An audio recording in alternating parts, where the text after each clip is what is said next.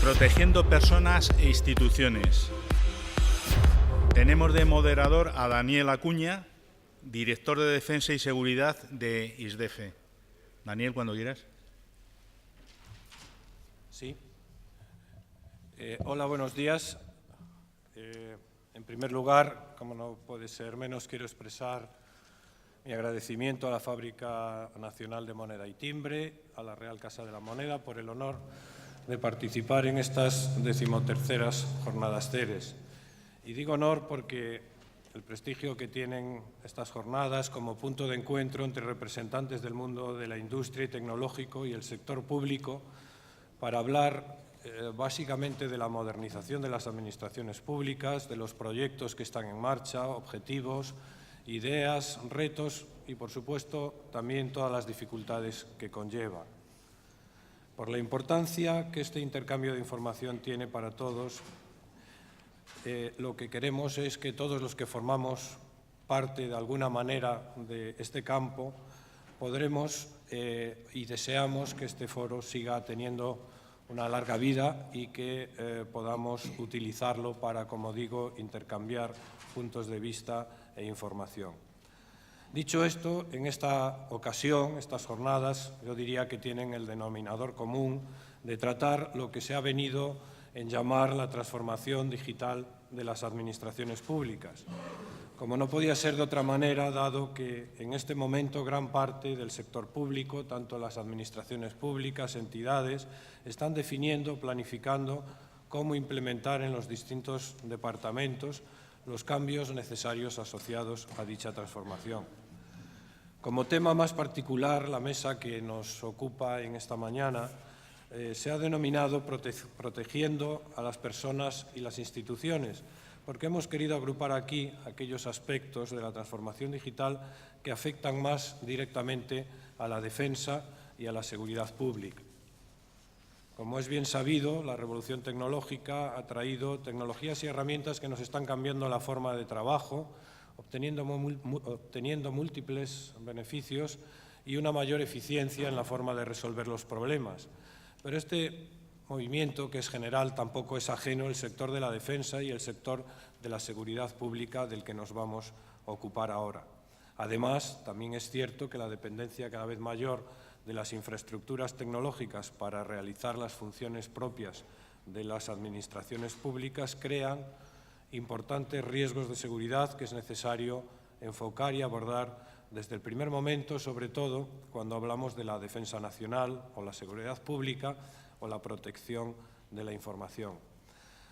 Para abordar esta problemática tenemos esta mañana a 3 auténticos expertos en estas materias que nos van a dar una visión necesariamente breve por el tiempo desde 3 puntos de vista: la defensa nacional, el de los cuerpos y fuerzas de seguridad del Estado y más específicamente el Cuerpo Nacional de Policía, y el de la protección de datos.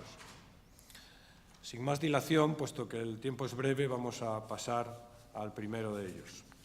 En primer lugar, tenemos a don José Luis Goberna Caride, subdirector del Centro de Sistemas y Tecnologías de la Información y las Comunicaciones del Ministerio de Defensa.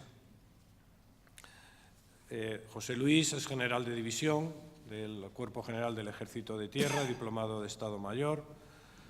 Durante sus 35 años de experiencia profesional ha desarrollado una carrera dentro de unidades de ingenieros, transmisiones en diversos empleos y ejerciendo especialidades en transmisiones, guerra electrónica, criptología, desencriptación, inteligencia, con lo cual pues podemos entender que es un verdadero experto en todas estas materias. En su dilatada vida profesional quiero destacar 3 trabajos importantes: la creación del Centro de Relaciones Internacionales del Estado Mayor del Ejército entre los años 99 y 2001, la reorganización de la agencia NACOSA de la OTAN en Mons, en Bélgica, en 2003 y 2004, y el diseño y puesta en servicio de los sistemas de información y telecomunicaciones de la UME, Unidad Militar de Emergencias, entre 2006 y 2009.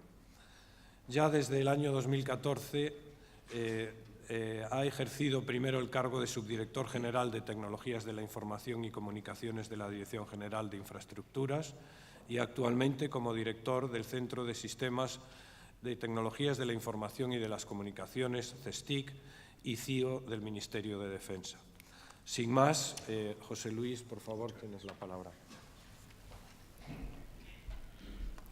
Buenos días a todos. Muchísimas gracias al moderador y a los organizadores de estas jornadas y a toda la audiencia, porque es una muy buena oportunidad para poderles a ustedes expresar pues, en qué punto nos encontramos en el proceso de digitalización del Ministerio de Defensa, en el marco de la Administración General del Estado, y más concretamente, pues, cuáles son las implicaciones de esta transformación digital en la seguridad de la información y viceversa, es decir, cómo los condicionantes de la seguridad de la información pues, nos, de alguna manera, limitan, condicionan u orientan, en muchos casos, en esta transformación digital.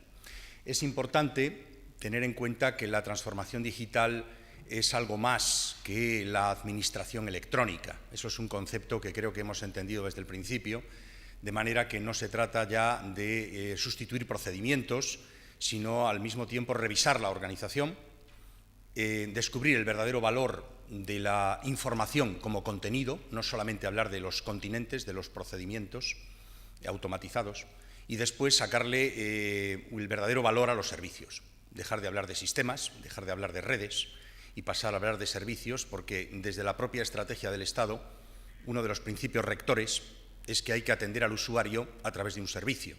Por tanto, pues toda la filosofía de todas nuestras infraestructuras, de toda nuestra gestión, pues varía considerablemente. Eso es un factor que desborda lo tecnológico, entra en lo humano y se traduce en la propia organización. Si lo entendemos así, creo que podremos transformar toda la administración general o todos nuestros interlocutores y le daremos el verdadero valor al ciudadano, a las empresas o las relaciones entre las propias administraciones que nos da la oportunidad de la verdadera evolución de las tecnologías. Mi presentación, vamos a ver si esto no lo...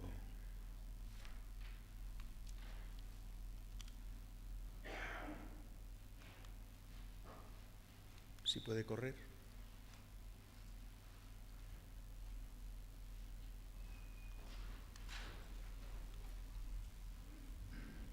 Mi presentación tiene dos partes muy breves. La primera es un poco decirles cómo el Ministerio de Defensa aborda la estrategia TIC del Estado. La estrategia TIC tiene 5 principios, 5 objetivos y 9 líneas de acción.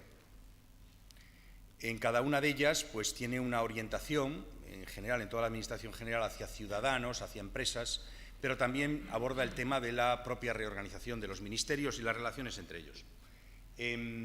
Cada uno de esos objetivos pues, tiene unas implicaciones importantes dentro de la normativa del Ministerio de Defensa. Toda esta estrategia, como ustedes saben, fue aprobada en noviembre del año 2015 por el Gobierno, en una resolución del Consejo de Ministros, y ese mismo año, 2015, lo que se hizo fue crear el CESTIC, como una contribución precisamente a esos principios rectores de visión global, de visión única, integral, para abordar todas las necesidades de la defensa nacional. Previamente, en la organización del Ministerio de Defensa había, hasta el año 2010, una Subdirección General de Servicios Técnicos, que estaba en la subsecretaría, y había un órgano de planeamiento que ustedes recordarán que era la Inspección General CIS, el comisionado CIS. Todo esto se reunió en el año 2010 dentro de la orgánica de la Dirección General de Infraestructuras. Bien, no se preocupen. Es mejor que me oigan muchas veces que lean, a lo mejor. Entonces, en el año 2015, cuando se plantea la estrategia TIC, antes de su publicación, pues hay un trabajo realmente ímprobo de comisiones dentro de la propia, en aquel momento, de TIC, actual Secretaría General de Administración Digital, y al mismo tiempo hay un proceso de revisión interno dentro del propio Ministerio de Defensa, que se llega a esa conclusión. Hay que dar un salto y hay que unir toda la infraestructura que en ese momento servía solamente a los órganos políticos, subsecretaría, Secretaría de Estado, Secretaría General de Política de Defensa, con aquellos que daban servicio a los ejércitos, desde el Estado Mayor de la Defensa. Entonces, eso hace que toda la infraestructura que hasta el año 2015 servía al Estado Mayor de la Defensa se integra con la que da servicios al órgano central en un solo organismo. Ya no hay jefatura de sistemas y programas en el Estado Mayor de la Defensa y, por otro lado, su dirección general TIC en el Ministerio, en lo que es el órgano central, en la Secretaría de Estado, Dirección General de Infraestructura. Se reúne en un solo organismo toda esa infraestructura. Gracias. Se reúne en una sola infraestructura y se crea el CESTIC. De manera que esa organización ya no es un operador, ya no es un proveedor, ya no es un gestor de sistemas, sino que tiene vocación de ser un proveedor de servicios. Volviendo un poco a ese marco general, esto simplemente es un recordatorio, es lo que se aprobó en Consejo de Ministros, 5 principios rectores, 5 objetivos estratégicos, 9 líneas de acción. ¿Y cómo se implanta esto? Pues a través de 58 medidas en 43 hitos temporales. Es un plan pensado a 3 años. ¿De acuerdo? Entonces, esto afecta a los 13 ministerios. Cada uno de ellos tiene que ver reflejado su propia idiosincrasia en este plan para ver de qué forma se puede ejecutar. ¿Cuál es la implicación de ese plan en el Ministerio de Defensa? Pues 4 órdenes ministeriales. Una de ellas se publica 2 meses después de esta estrategia, que es la que deroga el anterior plan director del año 2002 para poner en marcha una nueva política, con la orden ministerial 2639, publicada el 10 de diciembre del año 2015. La pueden ustedes ver en el Boletín Oficial del Estado. Ahí se habla pues, de 7 principios de esa nueva política, con 6 ejes estratégicos de actuación, la mayor parte de ellos de carácter tecnológico, y 6 grupos de directrices y una estructura de gobierno, algo innovador, una estructura de gobierno que, basándose en ese único proveedor del Ministerio de Defensa, pues controle, bajo la dirección del GEMAF y del Secretario de Estado de Defensa, el desarrollo de esa política, la verdadera actuación y efectos de esa política. Ese es quizás el documento más relevante, más impactante de los últimos años, que rompe con, bueno, no rompe, sino que lo que hace es aprovechar todo lo que se logró con el plan director y dar continuidad en este nuevo contexto de transformación digital. Otros elementos normativos importantes que hemos desarrollado estos años, pues es inmediatamente también aprovechar todo lo que era la política de seguridad de la información, que ya venía del año 2005, en la Orden Ministerial 76-2005, en este momento está siendo revisado, porque como ustedes saben, a partir del año 2012 el Centro Nacional de Inteligencia dejó de pertenecer al Ministerio de Defensa y, por otro lado, pues ha habido también otras normativas que hacen que esta orden ministerial pues, necesita ser actualizada. Aún no ha sido publicada su actualización porque estamos pendientes de una nueva ley de secretos oficiales, que tendrá sus implicaciones también en esta normativa. Y ya otros 2 normas de carácter más instrumental pues son la política de gestión de documentos electrónicos del Ministerio de Defensa, es decir, cómo abordar el suprimir papel, ya que la tramitación ya tiene que ser a través de un documento electrónico que debe ser gestionado en todo el ciclo de vida de ese instrumento, incluido el archivo. Imaginen las implicaciones en el Ministerio de Defensa, que es el que más archivos tiene de toda la Administración General del Estado.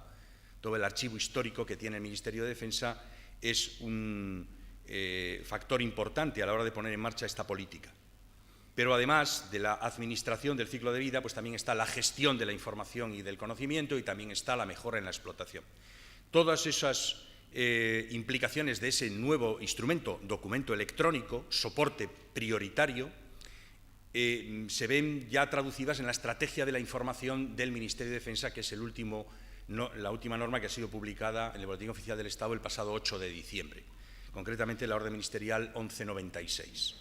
Les animo a que la lean porque es un instrumento, no es excesivamente genérico, es bastante concreto y lo que trata es de poner en valor a través de 27 medidas pues determinadas actuaciones que en muchos casos son urgentes. Bien, pues con esas bases normativas y con la referencia de la estrategia TIC del Estado, pues abordamos lo que es el plan de transformación digital del Ministerio de Defensa. Junto al Ministerio del Interior, saben ustedes que tenemos dos planes, que no tenemos uno, tenemos dos, para diferenciar todas aquellas materias que son de información no clasificada, que no tienen una relevancia específica para la defensa nacional y que no tratan asuntos de consulta política. Es decir, esas son las tres condiciones. En el caso del Ministerio del Interior son asuntos de la seguridad nacional. Entonces, nos permite a ambos ministerios abordar la transformación digital en dos etapas. La primera, en todas aquellas materias en las que somos un ministerio más, una administración más que interacciona con el ciudadano, que interacciona con el resto de la administración y, fundamentalmente, que también interacciona con el mundo empresarial, el mundo industrial, el mundo académico, es decir, con la sociedad en general. Las bases para esa primera parte, que ya ha sido abordada, ya ha sido informada favorablemente por la Comisión, por el Comité Ejecutivo de la Comisión de Estrategia TIC del Estado el pasado 15 de diciembre, pues son esas directrices que dio la SGAD en ese momento, completando la estrategia, las previsiones del alcance de esos planes en el artículo 14 del Real Decreto 806 del 14, y después la orden ministerial propia de la transformación digital, de administración digital del Ministerio de Defensa, que es la 2071 del año 15, y, como les he dicho anteriormente, unas medidas muy concretas de la estrategia de la información del Ministerio de Defensa. El Ministerio de Defensa no solo gestiona información, el Ministerio de Defensa concibe la información como un recurso estratégico de la defensa nacional y para ello necesita ser gestionada y aprovechada de una manera muy particular para que logremos lo que se denomina, en términos aliados, la superioridad de la información. Si el resto de la Administración busca la mejor gestión para dar un servicio eficiente y eficaz al ciudadano, lo que busca el Ministerio de Defensa es que esa información nos permita alcanzar la superioridad en el enfrentamiento, la superioridad en el logro de la defensa nacional. Eso tiene una metodología que la pueden ustedes ver en esa orden ministerial. El conjunto de medidas que recibimos del Estado son 58. Están recogidas en esas directrices que ha hecho la Secretaría General de Administración Digital. Y las divide en tres grupos. 30 de ellas son sectoriales, es decir, 30 de ellas son para cada uno de los 13 ministerios. Hay 14 que son transversales, mayormente son medidas normativas, y después hay 14 que son propias de la Secretaría General de Administración Digital. Con este escalonamiento de tres medidas se trata de mantener la visión global y la integración de todos estos servicios. Y finalmente, de la estrategia de la información, pues también hay 27 medidas, como les he dicho anteriormente. Resumiendo, con ese código de colores, ven ustedes ahí, de azul, que son sectoriales, las verdes, que son transversales, y las rojas, marrones, que ven ustedes en la primera columna, en la segunda columna, que son las que vienen de la estrategia de la información, pues reuniendo todas esas medidas en lo que se refiere exclusivamente a la seguridad de la información, que es de lo que hablamos hoy aquí, es decir, cómo desarrollamos esa línea de acción número 9, recordarán ustedes, objetivo número 5 del Estado, pues se plantean una serie de actuaciones, que las tienen ustedes ahí recogidas. Racionalizar esos sistemas de información. Actualmente el Ministerio de Defensa, dedicado a esto, tiene más de 100 sistemas. Insostenible. Hay que racionalizarlos. ¿Cómo se racionalizan? Pues con esta serie de medidas. Hay que adecuar la plataforma de identidad digital a lo que implica de las leyes 39 y 40, que, como ustedes saben, entran en vigor en octubre de este año. Hay que dotar de esa tarjeta que tenemos electrónica del Ministerio de Defensa a todo el personal que deba acceder a los sistemas de información, muchos más de los que acceden ahora mismo. Monitorizar la disponibilidad y la calidad de los servicios con indicadores precisos, mantener siempre un catálogo de procesos, procedimientos y servicios a disposición del ciudadano y el resto de las administraciones, volcar la mayor parte de nuestros servicios en una sede electrónica única, en este momento tenemos 2, diseñar un plan de continuidad digital y recuperación ante desastres, muchas veces no ciberataques, sino propios pues, de otros factores, y elaborar un plan de análisis de riesgo permanente, y finalmente, pues allí donde haya medidas que no encuentren un sistema que las ponga en marcha, crear esos nuevos sistemas, pero con una nueva orientación. Finalmente, ¿cuál es el objetivo final? Renovar el catálogo de servicios del Ministerio de Defensa. ¿Cuáles son esos? pues los que tienen ustedes en la última columna, divididos en 3 tipos, según los ha tipificado la Secretaría General de Administración Digital. Aquellos que son comunes, aquellos que se dedican a la firma de identidad digital o aquellos que son de tramitación digital. ¿Qué hemos tratado de hacer? Trasladar las herramientas informáticas que ha desarrollado el Centro de Transferencia Tecnológica del Ministerio de Hacienda al Ministerio de Defensa. Sencillo. El ciudadano no se puede encontrar, si es posible, con herramientas diferentes en el Ministerio de Defensa al resto de las administraciones. Tiene que tratar de integrarlas, de facilitárselas y convertirlo en un instrumento sencillo. Y con esta transparencia se puede resumir qué ha hecho el Ministerio de Defensa en esta primera parte de la transformación digital en el aspecto de la seguridad respecto al reto que nos han planteado. No es lo único que se ha hecho en seguridad de la información, también hay otros 2 instrumentos también más globales, no dirigidos solamente a la administración a la transformación digital, sino que afectan a la seguridad del resto de sistemas del Ministerio de Defensa. ¿Cuáles son? Pues aquellas medidas que vienen del Plan de Actuación de Seguridad de la Información. Aquí quiero resaltar que la seguridad de la información para el Ministerio de Defensa no es solo la seguridad de la información en los sistemas de información y telecomunicaciones, lo que se denomina SEGINFOSIT. Es un concepto más amplio y abarca a las personas, abarca a los documentos, por eso tenemos una política de gestión del documento electrónico, porque hay una seguridad, tiene que llevar una seguridad ese documento electrónico, ese escaneo de un papel que tiene que tener unos metadatos y una serie de elementos de referencia que permitan gestionarlo. Y por último, las instalaciones también. Es decir, son aspectos que muchas veces no se tienen en cuenta, ¿de acuerdo? Bien, con este plan de actuación ya aprobado por el Secretario de Estado de Defensa, como ven ustedes ahí en esos 8 objetivos, pues lo que se trata es de darle el valor que tiene a la información que rueda a través de sistemas no clasificados, Esquema Nacional de Seguridad, o aquellos que son clasificados, normativa del Centro Criptológico Nacional. Y una serie de elementos comunes a todos los planes, como es la formación del personal o como es una estructura de gobierno que permita gestionarlo. Y finalmente, lo que es el Plan Estratégico CIS del Ministerio de Defensa, aún no ha aprobado, pero que probablemente en las próximas semanas lo sea por parte del Secretario de Estado para abordar de una vez ya esa renovación tecnológica. Este es el último documento del desarrollo de la política que les decía antes, ese documento que fue publicado pocas semanas después de la estrategia TIC del Estado. Y en ella guarda una especial importancia las implicaciones de ese eje estratégico de la consolidar la seguridad en los sistemas, en las tecnologías, a través del fortalecimiento de capacidades de prevención, detección y respuesta a ciberataques. Tanto el Plan Estratégico CIS del Ministerio de Defensa como anteriormente el Plan de Actuación de SEGINFO parten del Esquema Nacional de Seguridad. El Esquema Nacional de Seguridad, les habrán seguramente repetido estos días, consta de 75 medidas. Esas 75 medidas es la base de partida para todas las administraciones públicas. Sea la información clasificada o no, es el punto de partida. En algunos casos son medidas organizativas, son medidas operativas y en otras son medidas tecnológicas. En función de dónde se van a ejecutar, de dónde se van a poner en marcha, pues estarán en un plan o en otro.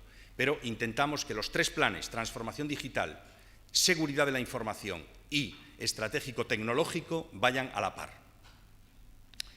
Mi conclusión trata de ser muy sencilla. La seguridad en los sistemas y servicios es un principio de la estrategia del Estado, fundamentalmente para dar confianza al ciudadano.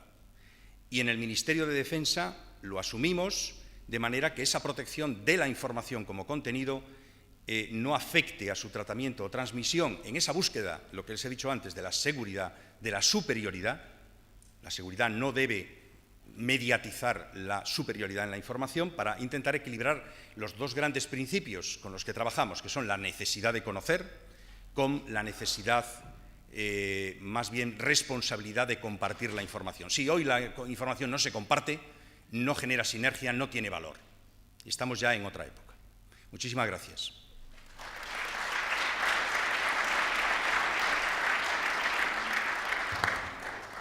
Muchas gracias, José Luis, por tu interesante exposición. Yo creo que nos ha dado una visión bastante detallada de todo lo que está en marcha en el Ministerio de Defensa, que no es poco, en el ámbito CIS y de la seguridad de la información. Y resulta yo creo que muy importante darse cuenta de que el desarrollo de las tecnologías TIC y de los servicios TIC va siempre asociado a la seguridad de los mismos. Y esto es muy importante para que los usuarios, los ciudadanos, cojan la confianza que se necesita en todas estas nuevas tecnologías. Sin más dilación, el tiempo pasa muy rápido, vamos a pasar al siguiente ponente. Se trata de don Pablo Muñoz de Mora. Pablo es comisario jefe del área de informática de la Policía Nacional. Es titulado de grado en Criminología y máster en Dirección Estratégica de la Seguridad Pública. Ingresó en la Policía Nacional en el año 80, en labores operativas en Bilbao, y dirige el área de informática del Cuerpo Nacional de Policía desde el año 2015, donde durante más de 25 años ha participado y ha dirigido el desarrollo de muchos proyectos. También citaré que ha estado participando en el proyecto FARI como experto en convenios de hermanamiento con Polonia y Bulgaria en los momentos de su integración en la Unión Europea, y trabaja en diversos grupos de trabajo de intercambio de información policial del Cuerpo Nacional Policía en la Unión Europea y organismos internacionales como Interpol y Europol. Pablo nos va a hablar de la transformación digital en el Cuerpo Nacional de Policía, motor de la seguridad pública. Pablo, cuando quieras. Muchísimas gracias, Daniel. Buenos días. En primer lugar, como es obligado, pues dar las gracias a FNMT por la invitación, en este caso a Policía Nacional, para poder contar un poquito lo que se hace en policía para tratar de mejorar la administración. Como saben, en policía el negocio es la seguridad. Hoy en día, igual que ha pasado siempre, la policía tiene que tener una información veraz, útil, rápida,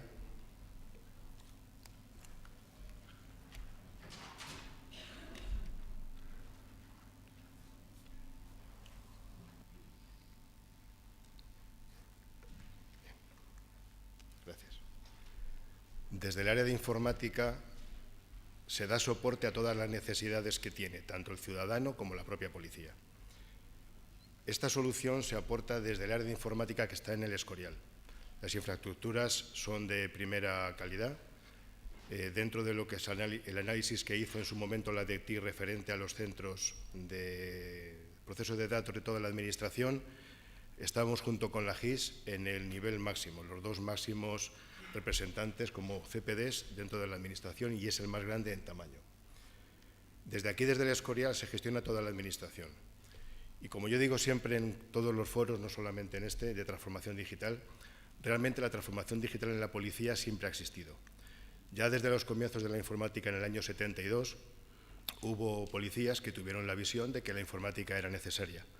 Evidentemente, al igual que sucede con cualquier elemento de la Administración o cualquier empresa, se va evolucionando conforme la tecnología va avanzando. Es el caso de policía. Hay diversos hitos en los que hubo saltos cualitativos, son los representados aquí, hasta llegar al momento actual en el que dentro de la policía, en un colectivo de unos 68.000 funcionarios, sensiblemente inferior a lo que es necesario, disponemos de unos 29.500 puestos de trabajo, dando servicio a toda la Administración de la policía. No voy a hablar mucho de normativa porque todos los participantes, tanto ayer como hoy, han hablado, y al final la aplicación de la misma, la Ley 11, la 39, todas son las mismas. Entonces, lo que voy a tratar de reflejar es que vean un poquito que la policía, que es su policía, está ahí para dar la seguridad y para proporcionar, en la medida de lo posible, facilitar al ciudadano la gestión que tiene que tener con la propia policía. Desde nuestro punto de vista, siempre hemos estado a la vanguardia, aunque la visibilidad quizá no sea tanta como puede ser en otros foros o en otros organismos que tienen obligación de dar cierta información. La labor de policía, pues como sucede con defensa, está siempre un poquito por detrás, escondida. Lo que tenemos que hacer es garantizar la seguridad ciudadana, y para eso contamos con todos los elementos necesarios. Perdón. Ya nuestros planes estratégicos a lo largo de la historia siempre han recogido de manera especial la necesidad del manejo de la información y de la calidad de la misma. De manera muy especial se hizo hincapié en el Plan Estratégico 2013-2016, que de manera específica recogía lo que se dio en llamar Policía 3.0. Tuvo visibilidad en los medios y era una especie de salto cualitativo en cuanto a la gestión que se hacía dentro de policía de la información que gestionamos.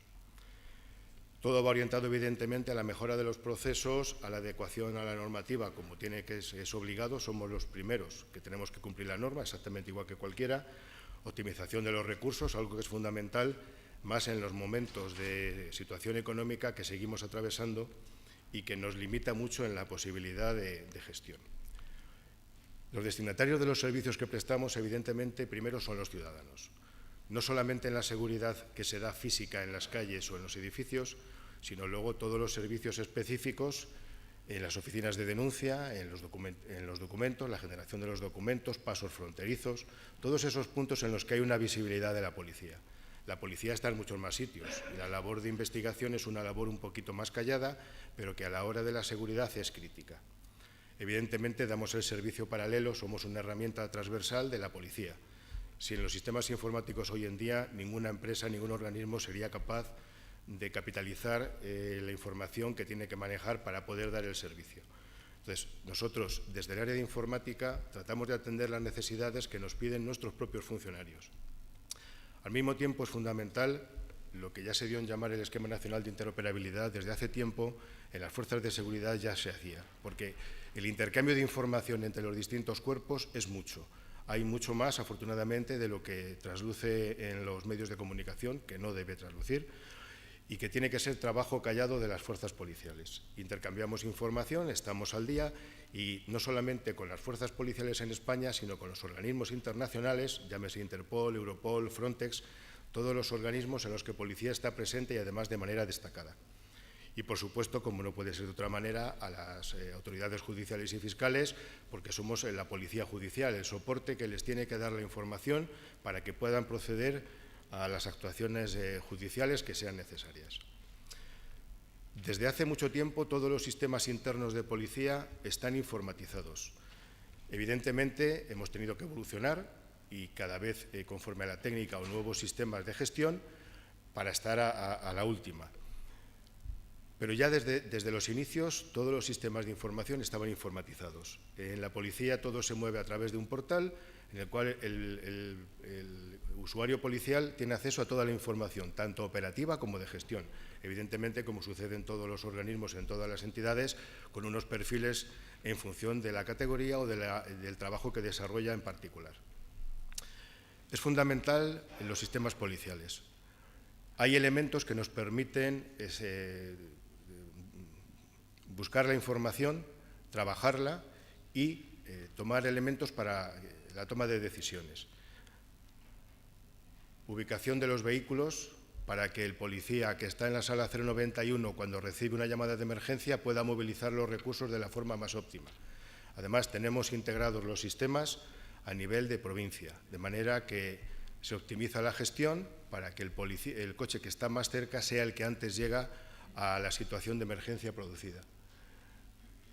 Sistema de información geográfico con representación de elementos de calor, donde vemos dónde se producen más delitos, de manera que a la hora de distribución de efectivos permite que los coches estén ubicados en las zonas con más delincuencia para tratar de evitarlo en la labor de prevención o que los propios investigadores tengan visibilidad de por dónde se pueden mover las personas que son en este caso buscadas. Sistemas de movilidad, para tratar de dar al policía en la calle herramientas que no dependan de una radio a la hora de pedir un dato, sino que directamente puedan interactuar. Los sistemas policiales, lo que se ha dado en llamar la oficina en la calle, pueden operar desde cualquier punto de la red en España porque a través de los sistemas de movilidad tienen esa posibilidad. Estamos en un desarrollo importante dentro de este sistema. Es decir, damos respuesta a todas las necesidades policiales, tanto de investigación como de labor de prevención, dentro de lo que es la informática policial. Repito, esta transformación no es de ahora, es de siempre, ahora adecuado a las herramientas que tenemos. Las tecnologías en las comunicaciones, fundamentales a la hora de que sean ágiles y seguras. Toda la información que se gestiona en policía está tratada como de seguridad. El edificio que tenemos es un edificio de alta seguridad en el cual cumplen no solamente las necesidades que marca el Esquema Nacional de Seguridad o lo que en su momento es la protección de infraestructuras críticas, sino que van más allá. es un centro de alta seguridad, como digo, con todas las medidas que superan lo de muchos edificios de la Administración, afortunadamente. Ya lo vieron cómo estaba en la parte inicial, con medidas perimetrales, circuito cerrado de televisión, todo lo que cualquiera puede pensar que debe tener la policía, pues lo tenemos. No solamente se da servicio a los sistemas policiales, sino que internamente, evidentemente, a todos los sistemas de gestión. Tratamos de que el policía no tenga que utilizar el papel para nada. Está conseguido en la mayor parte de los casos, aunque todavía hay elementos que tenemos que mejorar. Ayer, cuando Javier, el representante del CCN, hablaba del Esquema Nacional de Seguridad, yo recordé que cuando él dijo en el año 2016 la Administración cumplía el 56%. En el año 2016 Policía estaba en el 71%. En los datos que hemos pasado, Inés, para la aportación de 2017 hemos crecido al 77%. Es decir, estamos muy por encima de la media, siempre con un margen de mejora importante, porque tenemos que llegar lo más próximo al 100%. En cualquier caso, todos los sistemas son muy buenos o creemos que son buenos. Y así, al menos, en los intercambios de información que tenemos, se plasma. Un ejemplo de lo que es la relación de la policía con los ciudadanos, igual que dije antes, oficinas de denuncia, que por desgracia es cuando se produce un hecho delictivo que la policía tiene que conocer y que el ciudadano debe denunciar, es el paso rápido de fronteras. Y aquí Fernando antes hizo mención, entre otras cosas, a uno de los elementos importantes que era la seguridad en los pasos fronterizos. Somos los primeros que queremos garantizar esa seguridad. Y hay una frase que yo quiero utilizar que no quiero dejar pasar. La seguridad puede provocar incomodidad. ¿Qué significa eso? Yo, como policía, quiero estar seguro, quiero poder moverme libremente. Eso significa que en ciertos elementos, como puede ser un paso de control de fronteras, hay que hacer un control de fronteras efectivo. Desde el 1 de abril de 2017, la Unión Europea obliga a que se haga un control exhaustivo de las fronteras.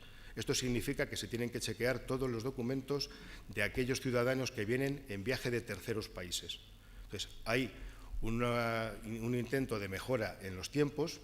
Estamos trabajando en la adquisición de 650 puertas para distribuir por todos los aeropuertos de España en colaboración con AENA y que cuando se plasme mejorará rápidamente o agilizará el paso de fronteras.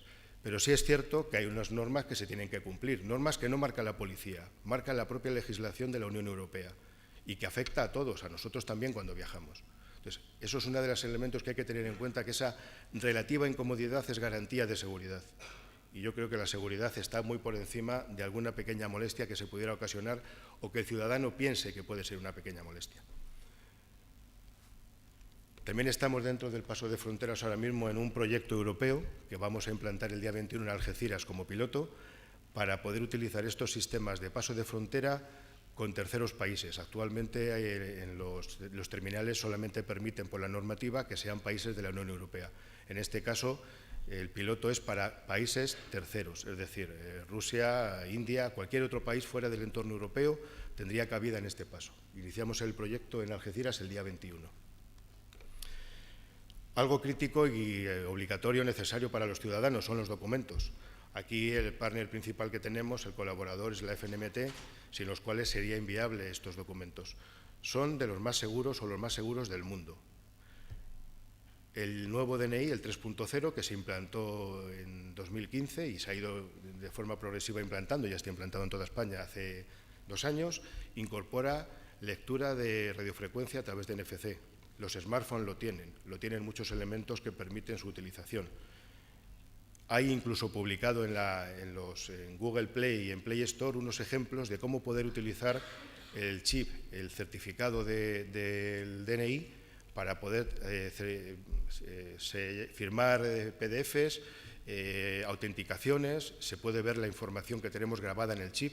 Todo eso está puesto a disposición con unas app que se desarrollaron junto con la FNMT y que están disponibles para cualquier ciudadano. También se pueden incorporar esos programas porque son de libre disposición para poder incorporarlo a sus procedimientos. El pasaporte 3.0, también de los más avanzados del mundo, y la tarjeta de extranjeros que se va a confeccionar a similitud del DNI, con las características que marca la división de documentación. Todos estos servicios que utilizamos son propios y en muchos casos los mismos que la Administración pone a disposición. Uno de ellos importante es la plataforma de intermediación, porque los demás todos los utilizamos. La plataforma de intermediación, de los millones de consultas que recibe, la mitad de las consultas son a policía. Todas las administraciones, tanto general del Estado como autonómica como local, hacen uso de esa plataforma con los sistemas de verificación de identidad digital, eliminación de pasaporte, y esa plataforma de intermediación soporta la mitad de las consultas que se realizan a toda la plataforma, y es contra los datos de policía. Es decir, tenemos que garantizar que la información es la adecuada, la correcta y en el momento y tiempo adecuados. Algo importante que además se va a potenciar son las denuncias por Internet. Ya se pueden hacer desde hace tiempo, no es una cosa novedosa. La diferencia está en que se está trabajando con justicia para que admitan la firma digital, porque si bien la normativa ya obliga desde la 11/2007 a la posibilidad de utilización de las firmas a través de los certificados, justicia ha tenido problemas en la implantación. Entonces, ahora mismo pretendemos potenciarlo de manera que, firmado digitalmente por el ciudadano, bien con el documento de identidad o bien con cualquier otro certificado de los habilitados, pueda hacer uso de este sistema, de manera que facilita el no tener que ir a la comisaría, salvo en delitos graves en los que hay violencia o hay víctimas o autor conocido. En este caso sí que hay que ir a comisaría porque la propia legislación lo exige a la hora de que el policía pueda interactuar con el ciudadano que hace la denuncia.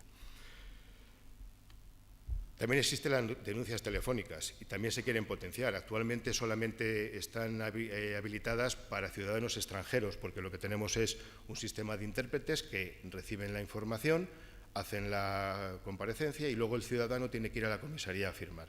Se quiere potenciar también para ciudadanos españoles. Ahí el problema, como sucede, y hemos oído en todos los foros, en todos los grupos, a los representantes de la Administración, es casi un montante económico lo que hace la dificultad que la posibilidad tecnológica, porque el llamar por teléfono y que alguien transcriba y luego genere el documento de manera electrónica no tiene ninguna dificultad. Todos los procedimientos que tenemos en policía, que fundamentalmente tienen que ver con seguridad privada, con extranjería, trámites de extranjería, están en la sede electrónica. No ofrecemos tantos sistemas como ofrecen otros organismos de la Administración, porque los trámites son muy limitados. Estamos ahora mismo terminando de gestionar todos los procedimientos, porque aunque hay algunos electrónicos, no todos estaban implantados. Estamos trabajando también en ello, de manera que el ciudadano, de una manera fácil y cómoda, pueda hacerlo. La cita previa para el DNI, que desde hace ya más de un año permite el pago anticipado mediante la pasarela de pago del documento. Esto no es muy conocido, hay quien se sorprende, porque todavía se tiene que ir a las comisarías en el momento de hacer el documento con el dinero. Se está trabajando intentando utilizar TPVs, pero ahí hay otros problemas de la Administración, no solamente para policía, sino para el resto de órganos, por gastos financieros, bueno, cómo arbitrarlo. Pero estamos en disposición de poder integrar lo que sería el siguiente paso que querríamos hacer dentro de lo que sería la confección de los documentos. Algo que no quiero dejar pasar, y ya casi para terminar, es que desde hace tiempo en la página policía.es existe una parte que no toda la gente conoce, que es la de colaboración ciudadana. A través de una serie de epígrafes referidos a la principal delincuencia que policía debe conocer para intentar primero prevenir o luego detener a los autores, existe, como digo, colaboración ciudadana. Está dentro de participación ciudadana, se hace un desplegable y ahí está la parte de colaboración ciudadana. Esto lo que permite es que por alguno de ellos, por ejemplo, esto es la parte referida a delincuencia tecnológica, a lo que sería la unidad de investigación tecnológica nuestra, permite comunicar anónima o dando los datos de la persona a policía una serie de datos, con 3 pasos muy sencillos. Son 3 pantallas con una información mínima, datos de identificación si se quieren aportar porque es voluntario y solamente una petición de si deseo recibir contestación. Con esto, policía, primero, trabaja la información, automáticamente llega a la unidad correspondiente que realiza la investigación, llámese delincuencia organizada, llámese brigada de estupefacientes, llámese trata de seres humanos, directamente llega esa información, llámese pornografía infantil, como es el ejemplo, de manera que ya se tienen elementos suficientes para que los investigadores puedan empezar ese trabajo. Lo he querido traer a colación porque se está utilizando mucho, pero sucede como con Twitter. Tenemos más de 3 millones de seguidores en Twitter, somos la policía más seguida del mundo, pero hay mucha gente que no conoce este tipo de cosas. Los objetivos, no me voy a enrollar mucho, la calidad, la optimización de recursos, la mejora de resultados, lógicamente la imagen a los ciudadanos, y dentro de la policía intentar incorporar a los talentos, de alguna manera, porque hoy la gente nace con un teléfono móvil en la mano y a partir de ahí la tecnología entra. No es como los que hemos tenido otra forma de trabajo inicialmente, que trabajábamos con la máquina de escribir y que hemos tenido que tener una evolución progresiva. Nada más, muchas gracias. Espero que por lo menos con esto hayan podido conocer un poquito lo que es su policía, la forma en la que trabajamos para intentar dar esa seguridad que estamos en los niveles más altos a nivel mundial y europeo, por supuesto. Muchas gracias.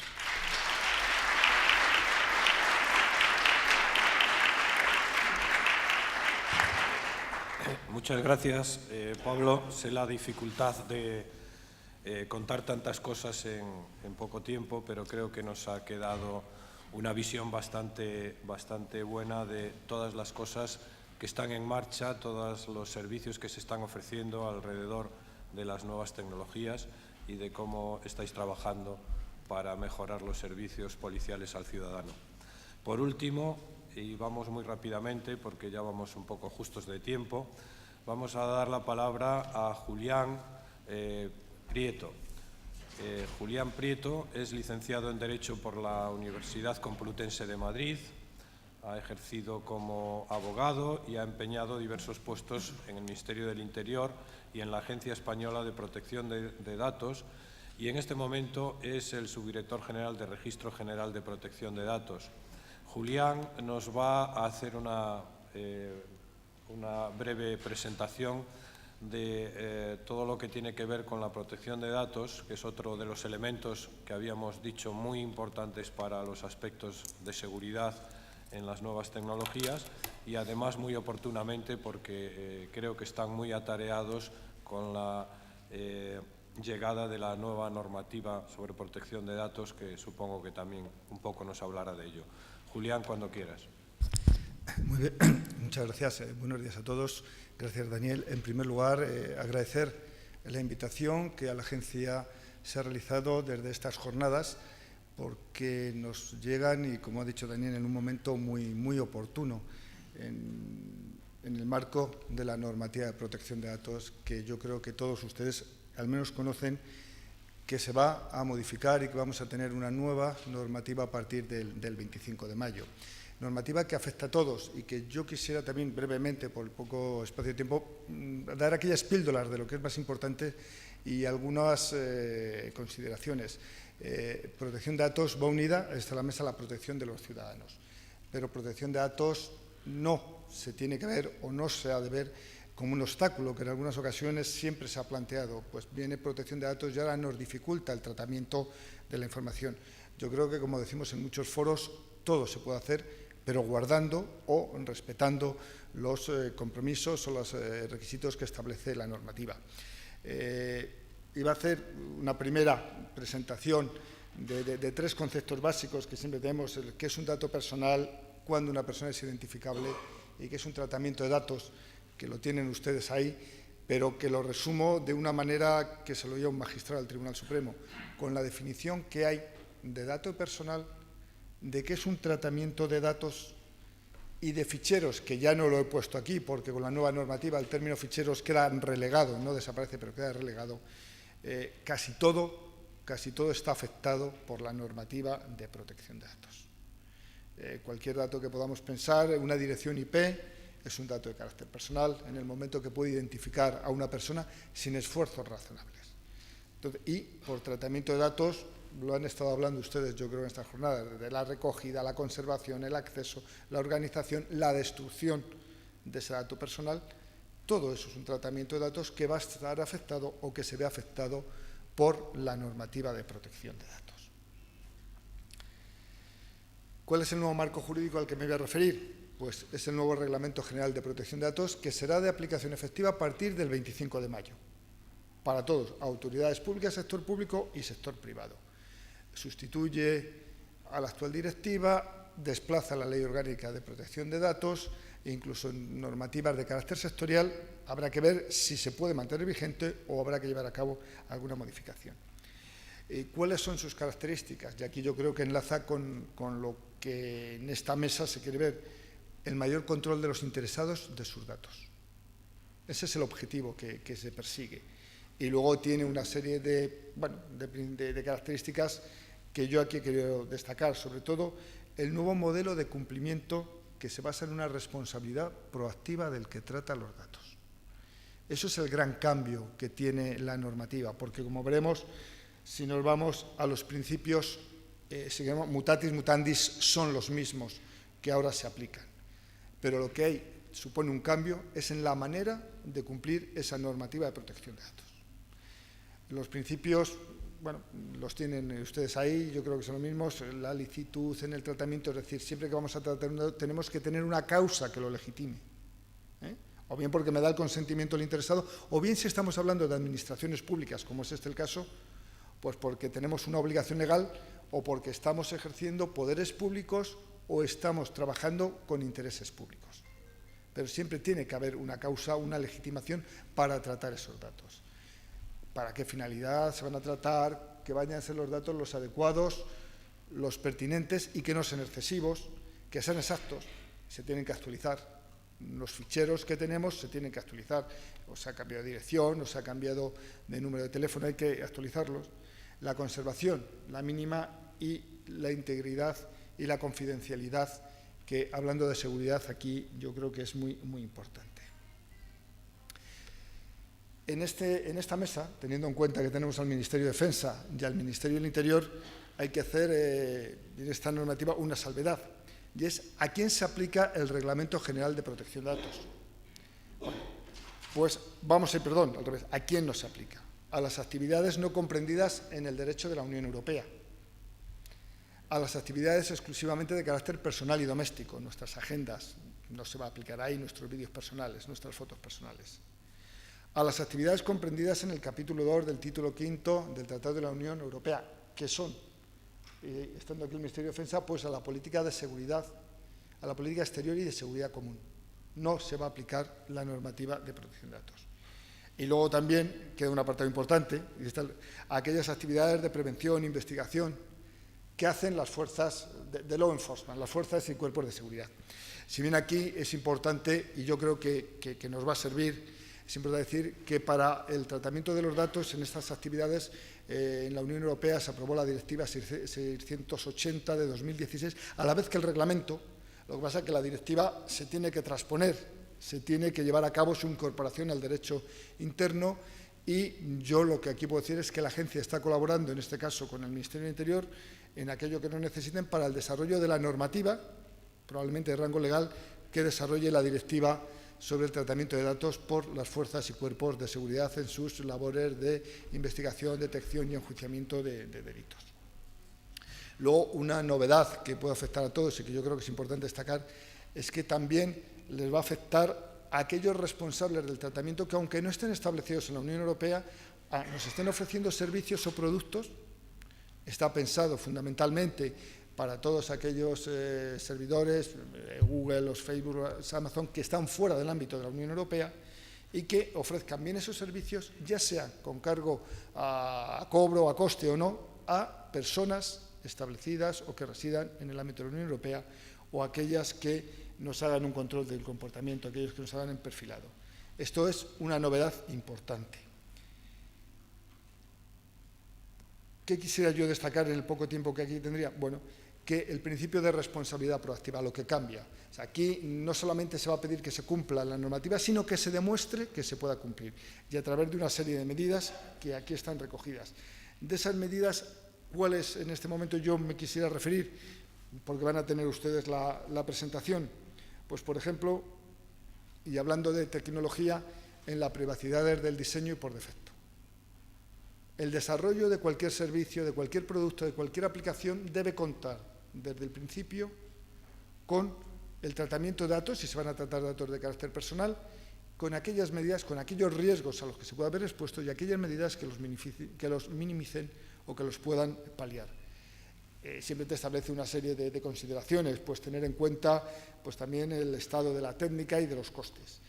Pero este apartado, que es novedoso, aunque en la teoría ya estaba, se aparece como uno de los principios que deben cumplir los responsables del tratamiento, en este caso si hablamos del sector público, a la hora de diseñar los tratamientos de datos que lleven a cabo. El otro punto importante de la normativa, aparte del principio de responsabilidad proactiva, es el enfoque de riesgo.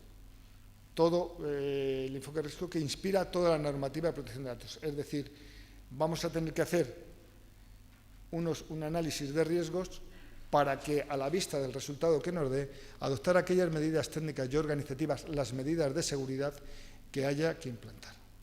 En estos momentos hay una de las quejas que recibimos es que la normativa actual establece unas medidas de seguridad en función de la naturaleza de los datos que se van a tratar, con 3 niveles. Y eso desaparece.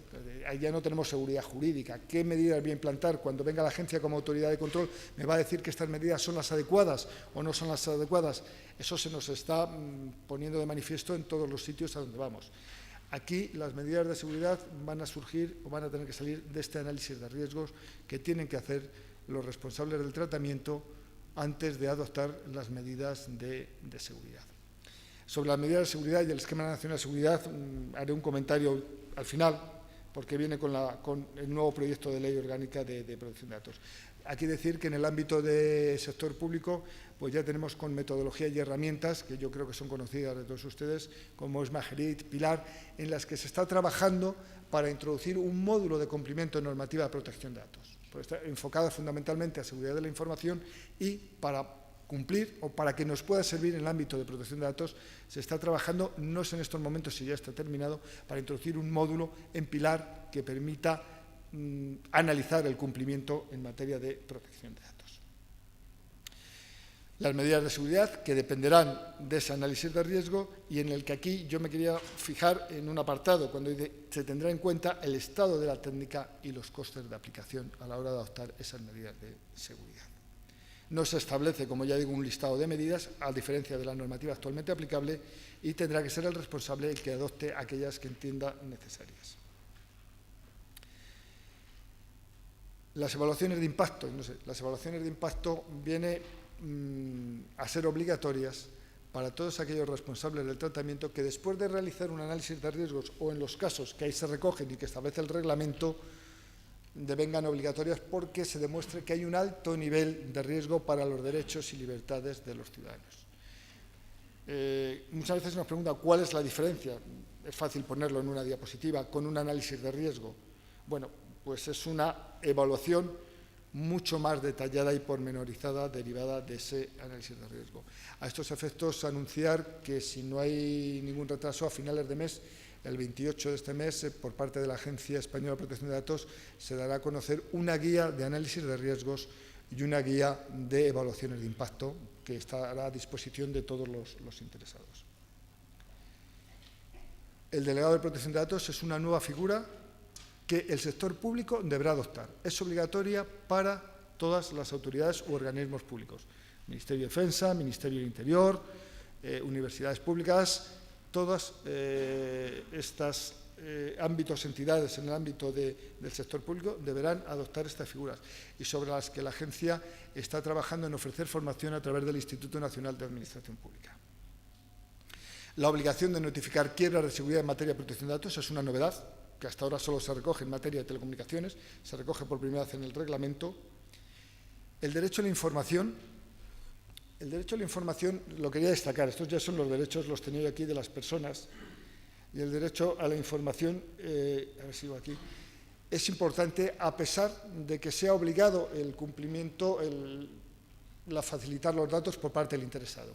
No tiene que basarse en el consentimiento. Yo recojo los datos porque soy el Ministerio del Interior, porque estoy ejerciendo una función pública, pero tengo que informar a los interesados de qué voy a hacer con sus datos. Esa información es amplia, porque se establecen muchos aspectos sobre los que hay que informar, pero la agencia está trabajando también en la posibilidad de que esa información, sobre todo en el ámbito tecnológico, se pueda establecer o por capas, en el que en una primera capa esté la información básica y luego se pueda remitir a través de un enlace, a otro apartado donde esté el resto de información. El derecho a la portabilidad es también una novedad y en el ámbito tecnológico yo creo que hay que decirlo, y es aquel en el que yo, como ciudadano, puedo recuperar la información en un formato operable y en un formato estructurado y dársela y pedir que se pase a otro responsable siempre y cuando los medios tecnológicos lo permitan, y habrá que ver si en el sector público esto tiene mucho recorrido, porque normalmente el derecho está limitado a que el tratamiento esté basado en el consentimiento en un contrato, y las administraciones públicas, por regla general, van a legitimar el tratamiento en una obligación legal o en el ejercicio de poderes o intereses públicos. Y ya finalizo con que este nuevo marco legal se complementa con el proyecto de ley orgánica de protección de datos, actualmente en tramitación parlamentaria, y que la idea era que se fuera de aplicación también el 25 de mayo, porque es complementario del reglamento. No sé si va a poder estar en esas fechas.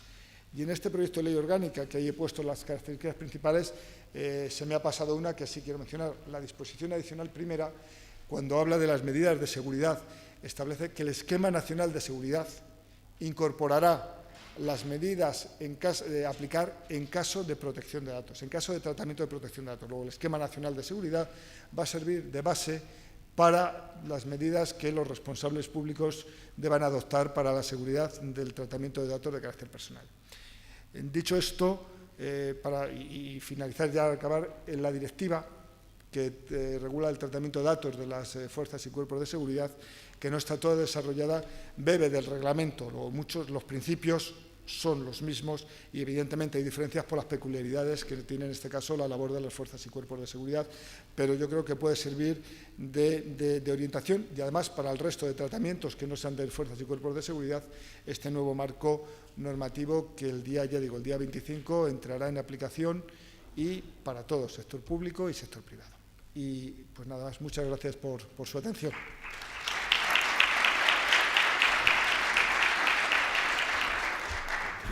Muchas gracias, Julián, por tu brevedad y al mismo tiempo en lo que has expuesto. Con esto vamos a terminar esta mesa. Hemos tratado de, en un tiempo muy reducido, dar una visión de 3 aspectos que tienen que ver con la protección de las personas y de la información, que espero que hayan sido útiles para todos ustedes. Y como ahora vamos a tener una pausa para el café, y en aras de no demorar más el programa de las jornadas, que vamos bastante ordenados por el momento, pues sé que los ponentes van a estar un rato por aquí. Lo digo de cara a aquellos de ustedes que quisieran, pues tengan alguna duda, alguna pregunta, algún comentario. Estoy seguro que muy amablemente les atenderán a continuación. El café es, como siempre, en la 3ª planta, y me han pedido que les ruegue puntualidad para empezar a las 12 la siguiente sesión. Muchas gracias. Sí, aprovecho, gracias. A las 12 en punto aquí retomamos, y avisaros que a la finalización, después de la clausura, tendremos un cóctel arriba en la 3ª planta, para los que podáis, que os quedéis. Gracias.